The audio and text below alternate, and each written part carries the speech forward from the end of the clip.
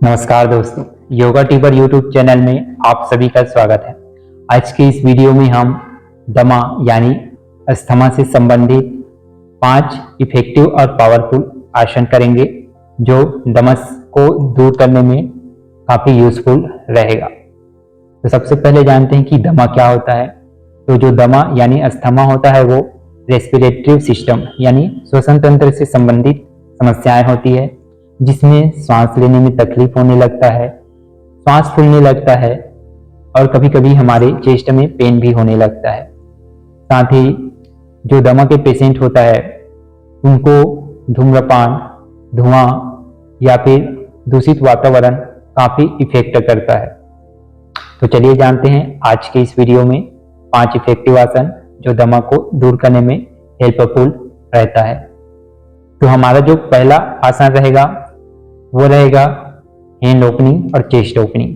कैसे करते हैं चलिए देखते हैं। इस तरीके से सुखासन की स्थिति में बैठ जाएंगे, कमर गर्दन पूरी तरीके से सीधा करके रखेंगे, फिर दोनों हाथों को सामने अप करेंगे, शोल्डर लेवल में अप करके दोनों हाथों को प्रणाम की मुद्रा में ले आएंगे। फिर यहीं से श्वास लेते हुए दोनों हाथों को एक दूसरे से दूर लेकर जाते जाएंगे। मैक्सिमम अपने चेस्ट को ओपन करेंगे और हेड को पीछे की ओर झुकाएंगे इस तरीके से, और अपने स्पाइन में कर्व बनाएंगे मैक्सिमम। फिर सांस छोड़ते हुए दोनों हाथों को प्रणाम की मुद्रा में लाएंगे, अपने चिन को चेस्ट से टक करेंगे, अपने कोर मसल्स को अंदर की ओर कॉन्ट्रैक्ट करेंगे और स्पाइन को पीछे की ओर हंच करेंगे। Inhale, open your hand, exhale, close your hand. Inhale, open your hand. Exhale, close your hand. Inhale, open your hand. Exhale, close your hand. And inhale, come back center. इस तरीके से आप इस अभ्यास को डायनामिक रूप से 20 बार करेंगे। 20 बार हैंड ओपन करेंगे, चेस्ट ओपन करेंगे, हेड को पीछे करेंगे और 20 बार हैंड क्लोज करेंगे, कोर मसल को कॉन्ट्रैक्ट करेंगे और चिन को चेस्ट से टक करेंगे। ये रहेगा पहला अभ्यास। हमारा जो दूसरा अभ्यास रहेगा वो रहेगा कोबरा पोज यानी भुजंगासन। चलिए देखते हैं भुजंगासन किस प्रकार करते हैं।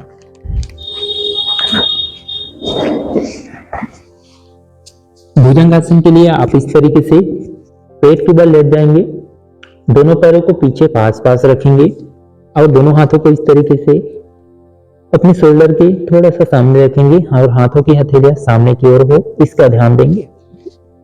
तो वहीं से सांस लेते हुए अपने दोनों शोल्डर को और अपने पेट को अप करेंगे। सांस लेते हुए अप कीजिए, सांस छोड़ते हुए down. Inhale up, exhale down through, inhale up and hold and श्वास छोड़ते हुए धीरे से डाउन। तो ये रहेगा दूसरा अभ्यास भुजंगासन यानी कोबरा पोज। जब हम इस प्रकार से कोबरा पोज करते हैं तो हमारा लंग्स जो होता है वो एक्सपांड होता है और लंग्स कैपेसिटी जो होती है वो बढ़ता है। साथ ही श्वसन से संबंधित जो भी विकार या समस्याएं हमें देखने को मिलता है वो भुजंगासन से दूर होता है। हमारा जो इसी में अगला अभ्यास रहेगा वो रहेगा धनुरासन। चलिए देखते हैं धनुरासन किस प्रकार से करते हैं।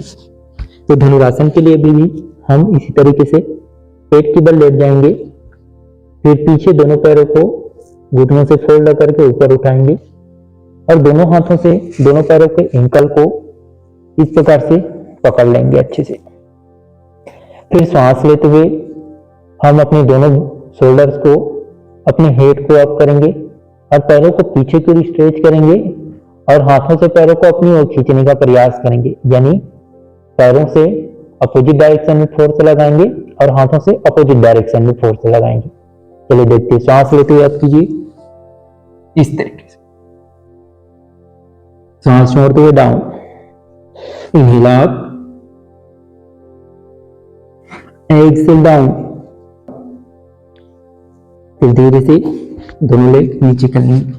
जब हम इस तरीके से धनुरासन करते हैं तो हमारा फिर चेस्ट जो होता है वो ओपन होता है, लंग्स कैपेसिटी बढ़ता है और लंग से संबंधित जो भी विंड पाइप होता है उसमें जो श्लेष्मा यानी कफ वगैरह जमा रहता है वो सब इस अभ्यास से एक्सपेंड होने के कारण वो सब दूर होने लगता है। ये रहेगा हमारा तीसरा अभ्यास धनुरासन। इसी में हमारा जो अगला अभ्यास रहेगा वो रहेगा विपरीत नौकासन। विपरीत नौकासन किस प्रकार से करते हैं चलिए देखते हैं। विपरीत नौकासन में भी इस तरीके से पेट के बल ही लेट जाएंगे, फिर दोनों हाथों को सामने फैला के रखेंगे, अपना चिन को नीचे जमीन पे लगा के रखें, पैरों को एक साथ पीछे मिला के रखें, पूरे बॉडी को अच्छे से स्ट्रेच करके रखें। इसी पोजीशन में फिर से सांस लेते हुए अपने दोनों हाथों को, अपने दोनों शोल्डर को, अपने सिर को और पीछे दोनों पैरों को एक साथ अप करेंगे और सांस छोड़ते हुए डाउन करेंगे।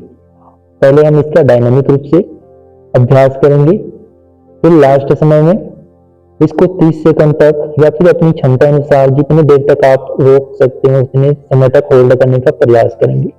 चलिए देखते हैं। Inhale up, exhale down, inhale up, exhale down 2, inhale up, exhale down 3। इस तरीके से विपरीत नौकासन को भी आप डायनामिक रूप से 20 टाइम यानी 20 बार करेंगे और अंतिम समय में इसको कम से कम 30 सेकंड तक होल्ड करने का प्रयास करेंगे। इस तरीके से अप करके होल्ड करेंगे, इनहेल अप एंड होल्ड।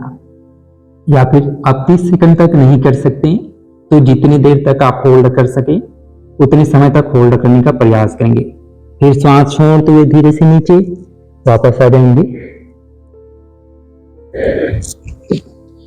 तो ये था हमारा चौथा अभ्यास विपरीत नौकासन। ये भी हमारा जो लंग्स होता है उसमें एक्सपांड करता है, हमारे लंग्स से संबंधित जो भी विकार होता है उसको दूर करने में काफी यूजफुल है। इसी में हमारा जो पांचवा आसन रहेगा वो रहेगा सेतुबंध आसन यानी ब्रिज पोज। कैसे करते हैं चलिए जानते हैं। तो ब्रिज पोज के लिए हम सबसे पहले सुपाइन पोज यानी पीठ के बल लेट जाते हैं। इस तरीके से पीठ के बल लेट जाएं, फिर दोनों पैरों को फोल्ड करके घुटनों से मोड़कर अपने हिप्स जॉइंट यानी अपनी कमर के जस्ट पीछे लेकर आएं, अपने बटक्स के पास लेकर आएं। दोनों हाथों को पैरों के एड़ियों के जस्ट पीछे रहने दें। इस तरीके से दोनों पैरों के बीच शोल्डर लेवल गैप रखेंगे, इसका ध्यान देंगे। फिर यहीं से श्वास लेते हुए अपने हिप्स को, अपने बटक्स को ऊपर करेंगे, श्वास छोड़ते हुए धीरे धीरे नीचे करेंगे। चलिए देखते हैं। इनहेल करते हुए धीरे धीरे अपने कमर रीजन को, अपने हिप्स को मैक्सिमम ऊपर की ओर उठाते जाएं। सांस छोड़ते हुए धीरे धीरे नीचे लेकर आएं। Inhale, rise your buttocks, exhale down your buttocks, inhale up, exhale down। इस तरीके से आप सेतुबंध आसन यानी ब्रिज पोज को भी डायनामिक रूप से 20 टाइम अप एंड डाउन करेंगे। फिर लास्ट टाइम अप करके 30 सेकंड से लेकर 1 मिनट तक रोकने का प्रयास करेंगे। तो दोस्तों ये थे 5 इफेक्टिव और पावरफुल योगाभ्यास जो दमा यानी अस्थमा को दूर करने में काफी यूजफुल रहता है। आप रेगुलर इसका अभ्यास करेंगे तो आपको कुछ ही दिनों में या कुछ ही सप्ताह में इसका रिजल्ट देखने को मिलेगा। आज की इस वीडियो में इतना ही। वीडियो पसंद आए तो वीडियो को अपने दोस्तों के साथ लाइक, शेयर और चैनल को सब्सक्राइब करना ना भूलें।